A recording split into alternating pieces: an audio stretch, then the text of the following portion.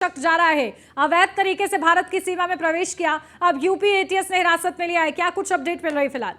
देखिए उन्नति, सबसे बड़ी बात है कि सीमा हैदर पाकिस्तान से नेपाल के माध्यम से इंडिया आती है और कहीं ना कहीं 1.5 महीना ग्रेटर नोएडा के रबूपुरा में रहती है और उसके बाद कानों कान नोएडा पुलिस को भनक नहीं पड़ती, कोई एजेंसी को भनक नहीं पड़ती। तमाम सुरक्षाओं के दावों को तोड़कर कहीं ना कहीं इंडिया के अंदर आकर रहकर ग्रेटर नोएडा में रहती है और कहीं ना कहीं जब पता लगती है तो नोएडा पुलिस गिरफ्तारी करने के बाद उसको जेल भेज देती है। हालांकि जब कोर्ट से रिहा होती है, कोर्ट की जमानत मिल जाती है तो सीमा और सचिन दोनों रहने लगते हैं। तमाम तरीके के मामले सोशल मीडिया पर सामने आने लगते हैं और कहीं ना कहीं अब जो गौरक्षा दल वाले, हिंदू संगठन वाले तमाम लोग विरोध करने लगे हैं कि 72 घंटे के अंदर सीमा हैदर को भेजा जाए, जिसको लेकर नोएडा पुलिस कल ही अलर्ट हो गई, सुरक्षा लगाई गई और तमाम तरीके से बातें रखी गई। आज एटीएस ने हिरासत में लिया। एटीएस की हिरासत के बाद अब कहीं ना कहीं पूछताछ की जा रही है। पूछताछ के बाद कई बड़े खुलासे हो सकते हैं। हमारे साथ इस वक्त जो है आउटपुट हेड हैं हमारे मृत्युंजय सिंह और इनसे बात करेंगे। सर, किस तरीके से क्या कुछ सामने आ सकता है सीमा हैदर के मामले में? निशान जी, जिस तरह से जब से ही सीमा हैदर वाला केस सामने आया है, बिल्कुल सस्पेक्टेड है कि ये जासूस है। जिस तरह से गतिविधियाँ आ रही हैं, वो नेपाल जिस तरह से आई, उसके बाद से 4-5 सिम तोड़ा और तमाम उनकी गतिविधियाँ रही हैं, बिल्कुल लगता है कहीं न कहीं इसमें कुछ लोचा है। और आप खुद देखिए कि इनके जो भाई हैं वो पाकिस्तान आर्मी में है, तो कहीं ना कहीं कुछ चीज़ें हैं, क्योंकि बिना जैसे अब जो सचिन है ये भी रडार पे, कहीं ना कहीं वो भी उसमें उनका बराबर का साझेदार है। जो डीजीपी, पूर्व डीजीपी रहे हमारे विक्रम सिंह, उन्होंने भी इस बात पर जोर दिया है कि इनका लाई डिटेक्टर टेस्ट किया जाए, क्योंकि जिस तरह से 5वीं पास कोई लड़की, कोई महिला और 4 बच्चे जिनके हैं, वो इस तरह से टेक्नो फ्रेंडली है, इतने अच्छे से बात करती है, इंस्टाग्राम, फेसबुक, पबजी खेलती है, तो ये जो पूरा खेल है कहीं ना कहीं हनी ट्रैप से जोड़ता है। आपने देखा होगा किस तरह से हनी ट्रैप पे जो केसेज तमाम आते रहे हैं और कहीं ना कहीं ये जो सीमा हैदर का जो केस है वो बिल्कुल से लग रहा है कि ये कहीं ना कहीं ये आईएसआई के हाथों की कठपुतली है और जासूस है, जो कि भारतीय जो सचिन है बिल्कुल सीधा साधा है, उसके बहाने तमाम जो तथ्य हैं वो जुटा करके भारत के खिलाफ जो देशद्रोही गतिविधियां हैं कहीं ना कहीं उसमें शामिल हो सकती है। और जो अब आप देखिए जो बच्चे हैं, वो 4 बच्चों को लेके आना, फिर 13 लाख में अपना पूरा ज़मीन बेच देना, और कहीं ना कहीं गुलाम हैदर भी इसमें खेल में शामिल है। जिस आप सबसे बड़ी बात तो यह है कि 12 लाख रुपए करीब का प्लॉट बेचती है, उसके बाद सचिन के पास आती है। सचिन 5 से 6 हज़ार रुपये कमाता है, परचूने की दुकान करता है, उस दुकान के अंदर 4 बच्चों का खर्चा कैसे चलाएगी? 2 बच्चे अपने पिछले जो पति के बच्चे होते हैं, 2 अपने होते हैं, उन्हें भी लेके आ जाती है। क्या सुरक्षा एजेंसी क्या कर रही है? देखिए, बहुत सही सवाल आपने कहा कि यही जो बातें हैं यही शक और गहरा करती हैं और पुख्ता करती हैं कि जो गुलाम हैदर का जो पहली पत्नी, उनके 2 बच्चे हैं, इसके बच्चे तो, और सचिन जो है परचून की दुकान पर 13,000 रुपये में कमाता है और पबजी खेलता है और ये वो, और जिस तरह साधारण 22 साल का सचिन है, और ये जिस तरह से इनके जो वो जो पासपोर्ट है, किसी में 27 साल है, किसी में 29 साल है। पहले नोएडा पुलिस बता रही थी 21 साल की है, अपनी आईडी में दिखा रही है 23 साल, कभी बता रही है 27 साल। क्या कुछ लग रहा है? क्या इसमें गड़बड़ झाला क्या है? निशान तो ही मैं कह रहा हूँ कि जिस तरह से ये 4-5 तो इनके वो है पासपोर्ट हैं, तो पूरा का पूरा जैसे दाल काली नहीं लग रही, पूरी दाल ही काली लग रही है। तो जब तक बहुत ही कड़ाई से पूछताछ नहीं होगी और लाई डिटेक्टर टेस्ट नहीं होगा, नार्को टेस्ट नहीं होगा, तब तक चीज़ें वो नहीं होंगी। क्योंकि बहुत ही शातिराना अंदाज में जिस तरह से हिंदू धर्म को अपना लिया और बड़े वैसे करने, तो ये तो चीज़ें हनी ट्रैप का ही मामला मुझे लगता है। और इसको बहुत ही कायदे से इसके जो जाँच है वो बहुत तेज़ी से एटीएस ने आज किया। निश्चित ही कहीं ना कहीं कुछ सूत्र निकलेंगे और अभी जमानत पर भी है, और निश्चित ही सीमा हैदर का जो रुख है पूरी तरीके से पता चल सकता है। और सचिन को एक बिल्कुल नरम चारा के तौर पर इस्तेमाल कर रही है सीमा। प्यार वार कुछ नहीं है, केवल और केवल देशद्रोही गतिविधियों में ऐसा लग रहा है।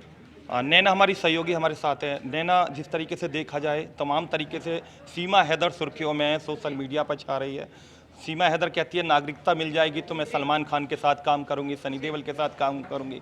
रील बनाने का बहुत शौक था, पहली फिल्म मैंने खुद गदर देखी और कहीं ना कहीं गदर फिल्म को देखने के बाद उसके मन में ये सारी बातें आई। क्या लग रहा है ये बातें सब सटीक हैं?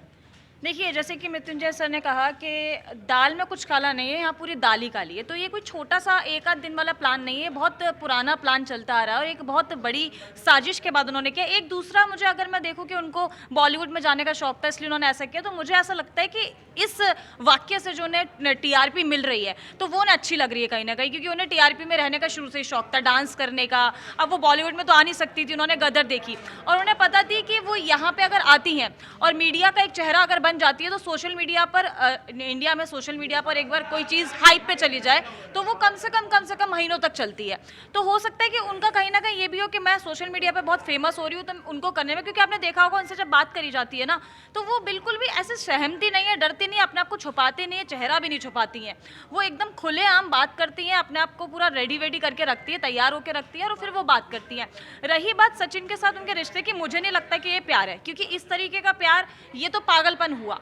वो सचिन को यूज कर रही हैं, हो सकता है मैं क्या सचिन से अच्छा कोई लड़का इनको पाकिस्तान में नहीं अरे मिला? बिल्कुल मिल सकता था। आप देखिए उनके जो हस्बैंड है, जो उनका गुलाम हैदर जो है, वो सचिन से कहीं ज्यादा अच्छे दिखते भी हैं और कहीं ज्यादा अच्छा कमाते भी खुद हैं। बता रही थी सऊदी में मेरे पति हाँ, काम करते अरे, हैं अरे। और कहीं ना कहीं 4 साल से वहाँ रह रहे हैं, बड़ी बड़ी बातें कर रही है सोशल मीडिया पर। क्या क्या छाने का, क्या फेमस होने का तरीका तो नहीं है? जिसका ये दिल साफ रहेगा ना कि जिसको एक ही से प्यार है, तो वो इस तरीके से नुमाइश नहीं करेगा। प्यार की कोई नुमाइश इस तरीके से पूरे हिंदुस्तान में, पूरे पाकिस्तान में जो वो नुमाइश कर रही है वो ऐसा नहीं करेंगी। उन्हें फेमस होना था, फेमस वो पाकिस्तान में नहीं हो पा रही थी, तो फेमस होने का जो एक्सपेक्ट आप दे रहे हैं तो उसमें यही है कि जिस तरीके से उन्हें टीआरपी यहाँ मिल रही है, जैसे आपने देखा होगा पूरा मीडिया उनको कवर कर रहा है इस टाइम पे, तो उन्हें ये स्टार्टिंग में उन्होंने अपनी बात फैलाई, उसके बाद वो फैलती रही। अब उन्हें बहुत अच्छा लग रहा है। अभी हालांकि उनका बंद कर दिया है, एजेंसी सुरक्षा एजेंसीज ध्यान दे रही है इस बात पे और उनको आप दिखा नहीं रहे हैं, तो देखिएगा आप चीज़ें थोड़ी बदलती हुई दिखाई देंगी आपको धीरे धीरे करके, जब उनसे पूछताछ होगी, क्योंकि वो आए दिन अपने स्टेटमेंट चेंज करती हैं, उनकी कभी एज चेंज हो जाती है। सबसे बड़ी बात आप देखें ना निशान जी कि जब नेपाल से निकलते हैं, नेपाल बॉर्डर से निकलते हैं तो बहुत ज़्यादा सिक्योरिटी होती है वहाँ पे।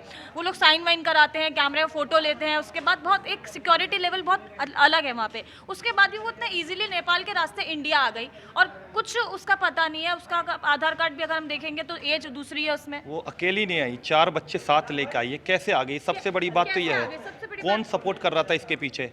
अब एटीएस के शिकंजे पर है, कई और एजेंसियां लगी हुई हैं, क्या कुछ खुलासे के बाद आ सकता है? क्या आपका? देखिए मुझे ऐसा लगता है कि जो उनके हस्बैंड हैं, पाकिस्तान के कुछ लोग इसमें उनके साथ शामिल है, जिन्होंने उन्हें पूरा दिमाग दिया, तालीम दी उन्हें इस चीज़ की कि उन्हें कैसे। देखिए वो 5th क्लास तक पढ़ी हुई है तो उनको 4 लैंग्वेज आती है, उन्हें हिंदी आती है, उन्हें इंग्लिश आती है, उन्हें उर्दू आती है, उन्हें सिंधी आती है, सारी लैंग्वेजेस के ज्ञान है, बड़े अच्छे से बात करती है, उनका बात करने का वे ऑफ टॉकिंग बहुत अच्छा है। तो ये सब चीज़ें मुझे ऐसी तो नहीं लग रही कि एक अनोन लड़की जो सीधी सादी सी हो और प्यार में पड़ के 7 समुंदर पार करके आ जाए, ऐसा मामला तो नहीं है। ये उस लड़की को बिठा के आराम से तालीम दी गई है, उसको सिखाया गया है कि उसको वहाँ कैसे बिहेव करना है, कितनी भी उस पर विपत्ति आ जाए, कितना भी आफत आ जाए, मीडिया उस पर टूट पड़े, लेकिन उसको टूटना नहीं है।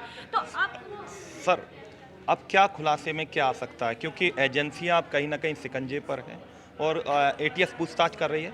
हालांकि जो सूचना सूत्र हमारे बता रहे हैं कि एटीएस अपने दफ्तर लेकर आई है, क्योंकि सिवेंस में जाती है और पुलिस बाकायदा एटीएस जो है उसको सचिन को बैठाती है अपनी गाड़ी में, सीमा को बैठाती है। अब क्या कुछ सामने आ सकता है? बिल्कुल, जिस तरह से आप देखिए कक्षा 5 तक पढ़ी है और भी कक्षा 5 अपने इंटरव्यू में उसने बताया केवल कक्षा 5 ऐसे पढ़ी है कि उनके यहाँ मस्जिदों में जो किसी टीचर को भेजा है तो घरों में पढ़ते हैं, इस तरह से प्रॉपर तालीम नहीं ली और उसके बावजूद वो इतने अच्छे से इंस्टा पर, फेसबुक पे ये पबजी खेलती। तो ये तमाम चीज़ें हैं। तो अब जिस तरह से अगर एटीएस पूछताछ करेगी तो एक एक चीज़ बिल्कुल सूत्रवत निकलते जाएंगे कि कहीं ना कहीं कोई इनके पीछे है जो सारी गतिविधियों को अंजाम दे रहा है। नैना ने बड़ी अच्छी बात कही कि कौन इनके पीछे है, पाकिस्तान में कौन इनके हाथ वरद हस्त रखा है, सीमा के हाथ इसके सिर पर किसका हाथ है, वो सारी चीज़ें एटीएस खोल देगी धीरे धीरे। और सबसे बड़ी बात है कि जिस तरह से प्रेम का जो एक छलावा दिखाया जा रहा है वो सब बिल्कुल झूठी बातें ऐसी लग रही हैं, जिस तरह से उसके बातों में भी लग रहा है। क्योंकि अगर प्रेम होता है तो अलग 4 बच्चे लेकर के आना और तमाम चीज़ें, उसका पति तो तमाम, और ये एक नरम चारा खेलने वाली बात है इसके साथ सीमा के। तो अब एटीएस जिस तरह से जांच कर रही है, निश्चित ये जांच अगर आगे बढ़ती है तो सीमा का जो पूरा खेल है, जो इन्होंने पाकिस्तान की सीमा पार करके भारत में आई हैं, तो निश्चित ही वो सारा का सारा दूध का दूध पानी का पानी हो जाएगा। और जब ये सूत्र खुलेंगे तो सारी बातें क्लियर होंगी कि कौन कौन है, जिन आका इनके कौन है जो इस पूरे रणनीति को अंजाम दे रहे हैं, और दूसरे जो ये जो सचिन है उसका क्या रोल रहा है, क्योंकि पूरी बातें जो है ना बिल्कुल इंटरवोवेंट है, उलझी मैं बात करूंगा, नैना कुछ बताना चाह रही हैं क्या? मैं एक बात बताती हूँ आपको, पबजी जो गेम है ना वो बहुत इजी गेम नहीं है। पबजी जो लोग खेलते हैं ना बहुत दिमाग लगा के खेलते हैं, बहुत दिमाग होता है उनके पास, तब वो पबजी खेलते हैं। एक इंटरव्यू के दौरान उन्होंने ये बोला था कि पबजी में बहुत अच्छे अच्छे लड़के थे लेकिन मैंने सचिन को ही चुना, यानी कि उनका ध्यान हर एक लड़के पे रहता था। वो ऐसा नहीं है कि उन्होंने सचिन से सडनली प्यार कर लिया। सचिन को उन्होंने इसलिए चुना क्योंकि सचिन उन्हें सीधे लगे होंगे, उन्हें लगा होगा कि सचिन को फंसा सकती हैं, इसलिए उन्होंने सचिन को सुना क्योंकि सचिन सीधे थे, क्योंकि वो ज़्यादा कुछ उनको वीडियो कॉल करके दिखाते थे। एक बात बताइए, मतलब आप पबजी खेल रहे हैं अगर और आपका कोई दोस्त बना तो वो बताती है कि वीडियो कॉल करके दिखाते हैं। जब सचिन से उसने पूरी जानकारी ले ली एज ए जासूस की तरह, जैसे जानकारी सब इकट्ठी कर ली, वो समझ गई कि सचिन के घर वाले और सचिन है सीधा। अब सचिन के घर में जाके ही मैं अपना आगे का जो कार्यक्रम है, जो आगे का जो प्लानिंग है वो अच्छे से कर सकती हूँ। तो ये पूरी तरीके से सचिन को पागल बना रही है। सचिन को उन्होंने कुछ बता भी दिया तो सचिन नहीं बताएंगे क्योंकि सचिन प्यार में है, वो लड़की प्यार में नहीं है, लेकिन सचिन उनके प्यार में पागल है। इस ट्रैप में कौन कौन हो सकता है शामिल? इस ट्रैप में अब तक जो मुझे समझ में आ रहा है, एक तो सीमा खुद ही है और उनके जो गुलाम हैदर पति हैं वो भी उसी ट्रैप में है। इनके ससुर जी भी मुझे उस ट्रैप में नजर आ रहे हैं अब तक, क्योंकि ससुर जी को कोई ना कोई ऐसा लालच तो सीमा ने दिया है कि आप उनसे अगर बात करना चाहेंगे और उनकी बहू की थोड़ी सी भी बुराई करना चाहेंगे ना तो भड़क जाते हैं वो। हालांकि देखा जाता है हमारे हिंदू संस्कृति में ना, जो हम लोग बहुत ईजिली नहीं अपनाते किसी दूसरे धर्म की बहू को या दामाद को, बहुत ईजिली नहीं अपनाया जाता है, लेकिन यहाँ तो ऐसा लग रहा है कि उन्हें इंतजार था सीमा का, और सीमा आ गई और हम लोग उनसे कुछ कह रहे हैं तो उन्हें बुरा लग जाता है। तो सीमा ने माइंड वॉश किया है सबका। वो बहुत मैनिपुलेटिंग लड़की है, जिस तरीके से वो बात करती हैं, वो महिला बहुत मैनिपुलेटिंग। सचिन के दादा कह रहे हैं कि गदर फिल्म जो बनी थी वो गदर नहीं थी, हमारे पोते ने गदर फिल्म बनाई है। हाँ, तो एग्जैक्टली ना कहीं देखिए बहुत लोग जो हैं बहुत सीधे सादी सी एक फैमिली है। अब टीवी में आ जाना और इतना ज़्यादा टीआरपी मिलना, उन लोगों को घर में मीडिया खड़ी रहती है, चारों तरफ लोग उन्हें घेरे रखते हैं, उन्हें कहीं ना कहीं ये सब अच्छा लग रहा है। वहीं सीमा उन्हें इस बात का विश्वास दिला रही है कि उनकी वजह से उनकी बहुत जान पहचान बढ़ जाएगी, पहुँच बढ़ जाएगी। तो वो सिर्फ सीमा के इन्फ्लुएंस में आके ये सब कर रहे हैं। जब उन्हें सच में पता चलेगा कि सीमा उनके साथ क्या कर रही है, तब उनके शायद पैरों तले से जमीन ही खिसक जाएगी। लेकिन सचिन को उन्होंने मैनिपुलेट कर लिया है क्योंकि एक बीवी है। नॉर्मल भी आप देखेंगे हस्बैंड वाइफ का रिलेशन होता है, उसमें बीवी अपने हस्बैंड को मना लेती है चीज़ों के लिए, कर लेती है मैनिपुलेट। तो ये तो बहुत ही शातिर लड़की है, तो इसने उस तरीके से सचिन को समझा लिया है।